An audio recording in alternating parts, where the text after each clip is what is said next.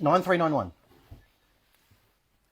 Good evening, everyone. Mike Palmer from Know Your Rights Group and Success Coaching International with another live video update. This is a little bit of a bonus. I wanted to just squeeze one extra one in just before the end of the year. First and foremost, I hope you all had a wonderful Christmas and did manage to spend some quality time with family and friends. There have been a couple of important stories that have come out over the past week or so, so I did want to just do a quick informal one just to update everybody on that. So first and foremost, the media kept warning everybody about the significant rise in COVID cases heading into the Christmas break. And of course, despite that big, scary warning, we haven't heard anything about COVID in the past 3 weeks. So this is what the media were spouting just before the start of December. Significant jump in COVID-19 cases ahead of Christmas. The number of people hospitalised with the virus in Victoria increased by 59% between October and November, the state's largest COVID-19 surveillance report revealed. Victoria's 7-day hospitalisation average rose to 197 by November 26, representing a significant increase according to the Health Department. The number of cases notified to the department has also increased in recent weeks, up 44% in the past month. Victorians have been urged to protect themselves and those around them in the lead up to summer, particularly those most vulnerable. She urged people to stay up to date with their COVID-19 vaccinations as immunity to the virus wanes over time. Well, is it a vaccination or not? Okay, because vaccinations don't wane, okay? COVID-19 infections also have increased in Western Australia after 3 months of relatively low and stable figures, according to WA Health Department data on hospitalisations and wastewater sampling.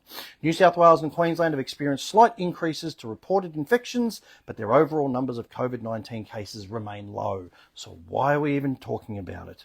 According to the Department of Health and Aged Care, vaccination rates were down for all states and territories in the November reporting period.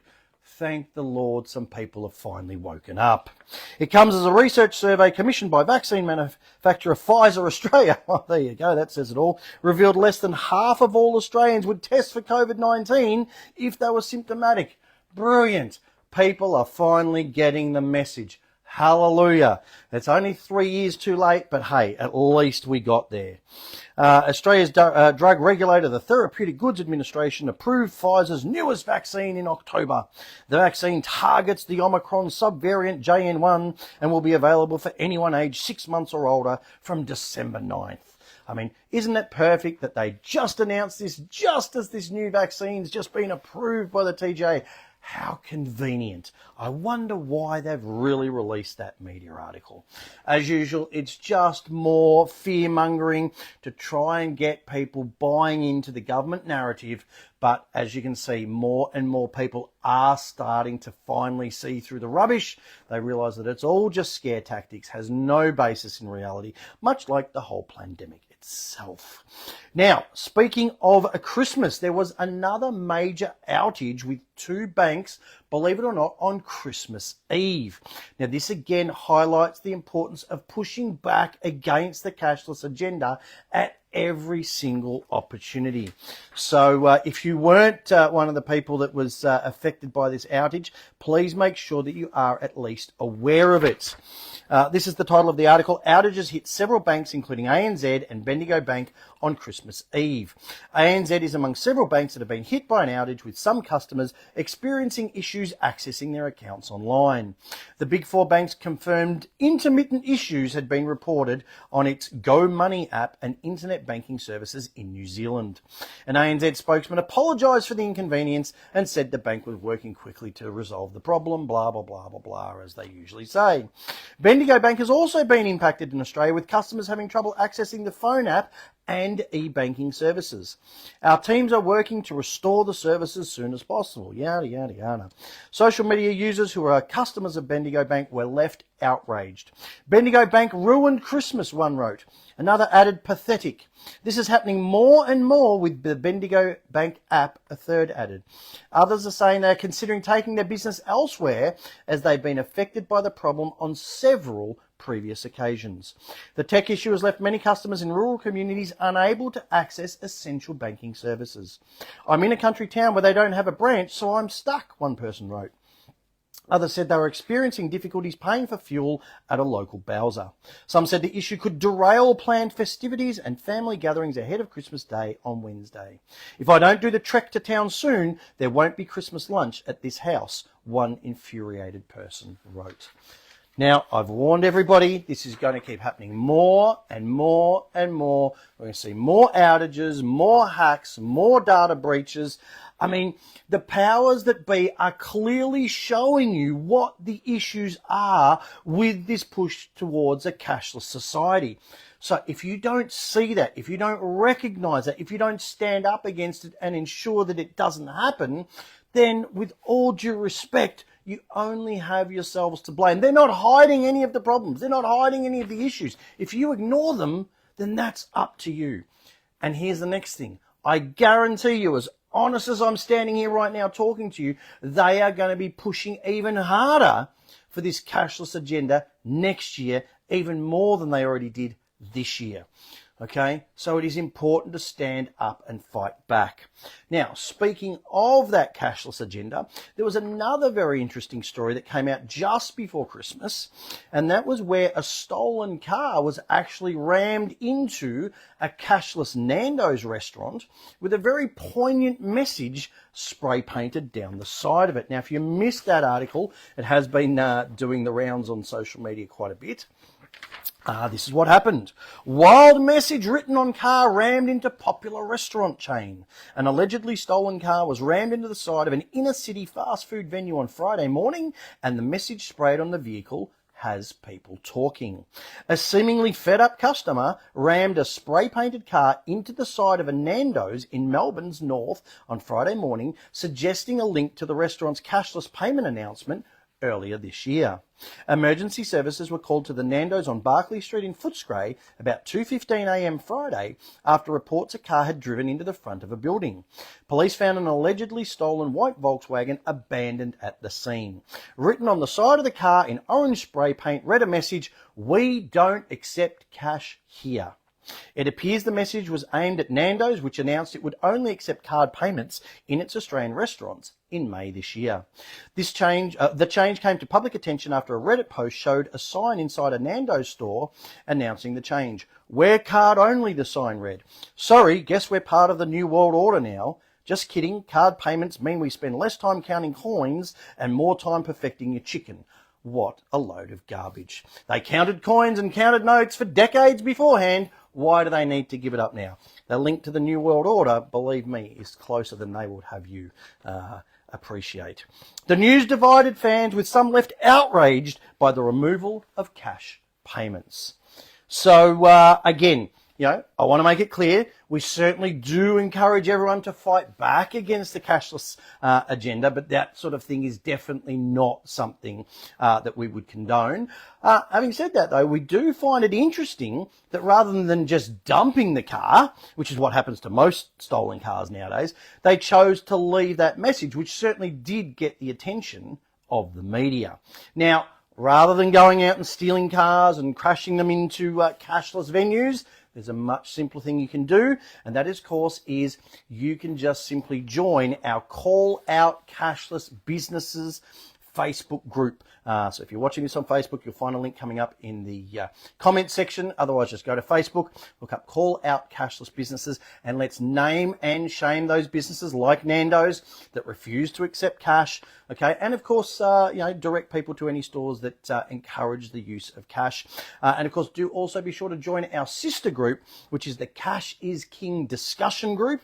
Okay, and again, perfect place to share these sorts of stories, these sorts of videos. Let's get the message out there, share everything as far and as wide as you can, and let's make sure that in 2025, people truly understand the issues with this cashless agenda and they stand up for their rights and they push back against that agenda. Of course, the other thing you can do is join Jason Bryce's petition, and that is the one to legislate a formal cash and banking guarantee in this country, and let's force all shops to accept cash as a form of payment. So if you haven't added your signature to that petition, please make sure you do. Again, you'll find a link in the comments. And once you've done that, share the links to that petition around as far and as wide as you can. All right, and the final article that I want to cover on tonight's just a very brief bonus update is, of course, the important story about John Pesutto being ousted as the opposition leader in Victoria. Now, not only did Brad Batten get voted in, but Moira Deeming was also reinstated, which of course was, all part of the, Pesutto farce over the past few weeks. So that is definitely a step in the right direction for the Liberal Party. Now, quite obviously, everybody watching this video, hates Labor. But the problem is, if there is no even half decent alternatives, then people tend to be very conservative and they just end up, voting for the same old. And we certainly do not want that to happen at the next election. So, this is the story, in case you missed it. It says, it's an honour, Brad Batten to become Victorian Liberal leader as John Pesutto ousted. John Pesutto will step down as Victorian's opposition leader, and exiled MP Moira Deeming will be readmitted to the parliamentary wing of the Liberal Party following a party room showdown. Berwick MP Brad Batten said he was humbled to become leader and will replace Pesutto after emerging victorious in today's leadership vote. Former tennis star Sam Groth will become the Deputy Liberal leader. Addressing reporters following the vote, Batten thanked Pesutto for his work over the past 2 years. I'm very thankful for the support I've got from my colleagues in the party room today to ensure that we can come out united. Well, let's hope they do, because it has been an absolute shamble for the last, at least 12 months. The former police officer and shadow police minister hoped to bring a different perspective to the leadership role. Well, let's hope it's a positive difference and not a further negative one. I've brought to the table experiences from outside the Victorian Parliament and Victorian politics, Batten said. I'm coming to you as a small business owner and someone who can understand how those pressures impact on businesses. Well, let's see, shall we? Because as we've seen in the news over the past few weeks, Victoria has been voted the worst place for small businesses in the entire country. So let's see if he actually, his actions match his words. Let's hope they do. There's a little subheading there, Deeming back in the fold. Today's meeting also included a motion to readmit Moira Deeming to the party a week after a similar motion failed in a 14-all vote deadlock.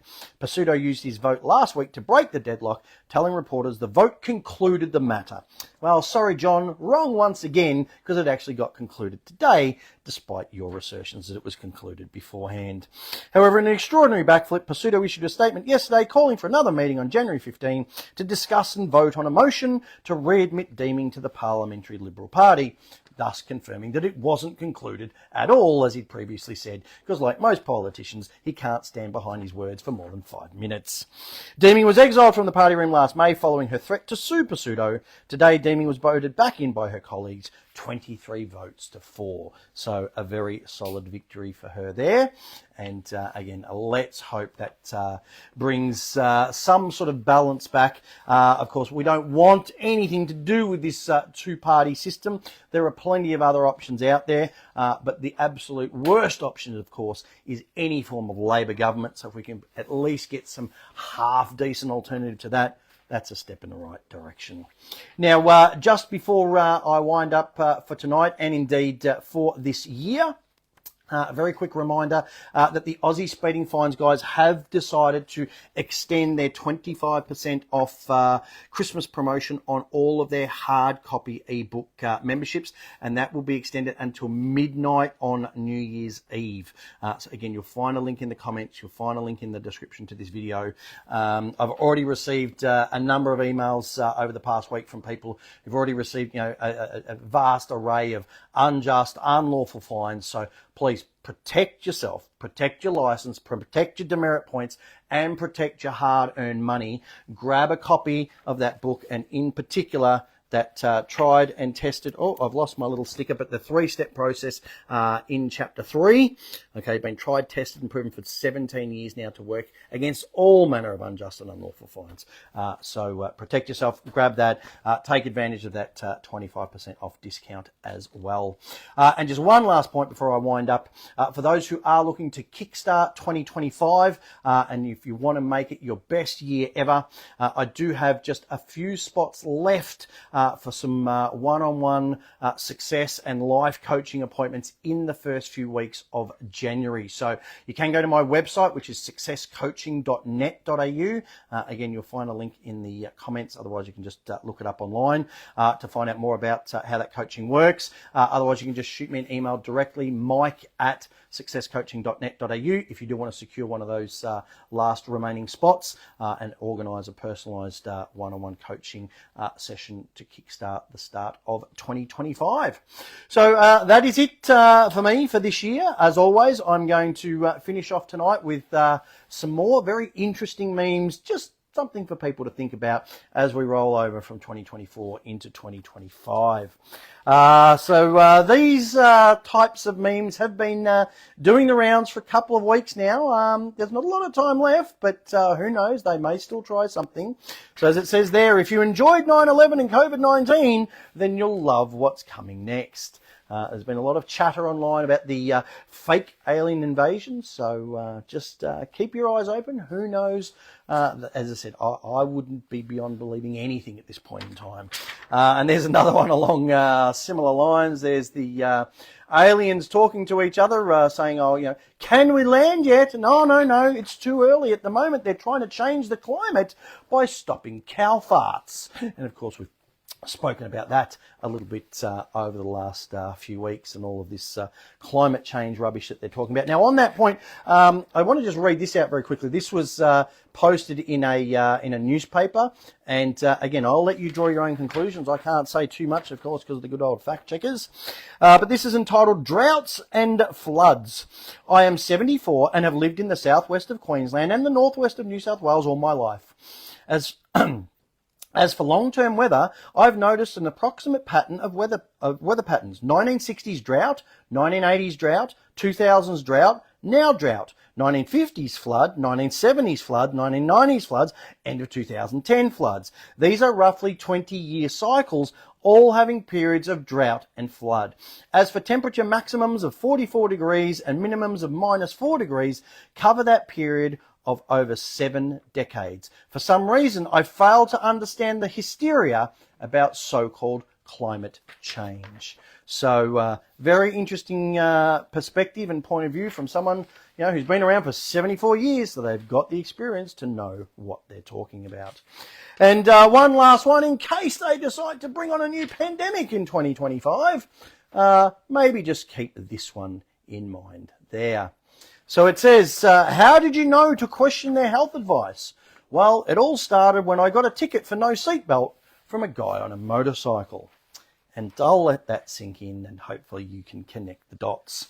So I'm going to leave things there for tonight. And as I said, for this year, I do wish you all a very, very happy new year. And I look forward to being part of your journey in 2025. Again, learning about your rights and standing up for them. In the meantime, as always, please do make use of all the various resources that are available to you to please get informed, get fired up, and get proactive. It is so important this year as we roll over into next. As always, these videos are completely free to watch. If you're sitting around enjoying a bit of a summer break, just flip through some, look through the descriptions, see what might be of interest to you. You find them on the videos tab on our Facebook page, on our BitChute channel, and of course also our YouTube channel as well. Our radio shows, we will be back for our first live radio show on the 21st of January.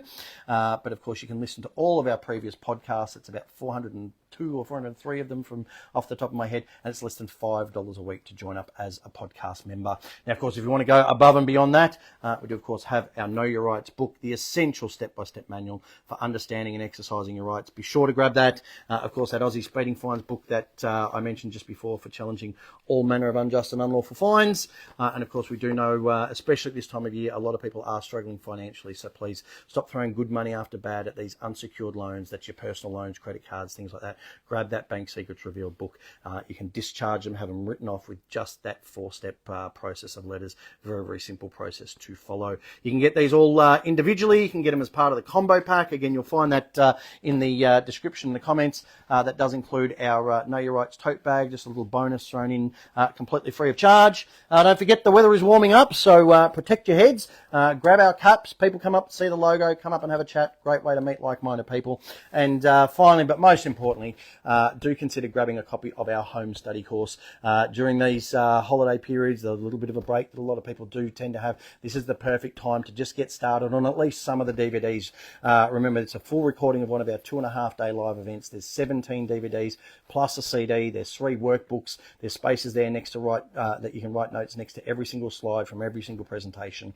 And it's a fantastic resource that you'll come back to again and again and again over the years. But again, the holiday period is a great time to get started with something like this. They're all sent out via express post. You'll get it very early in the new year if you place your order in the next couple of days. So I'm going to leave things there. Once again, wish you all a very happy new year, and I'll talk to you all again early January in 2025. Take care.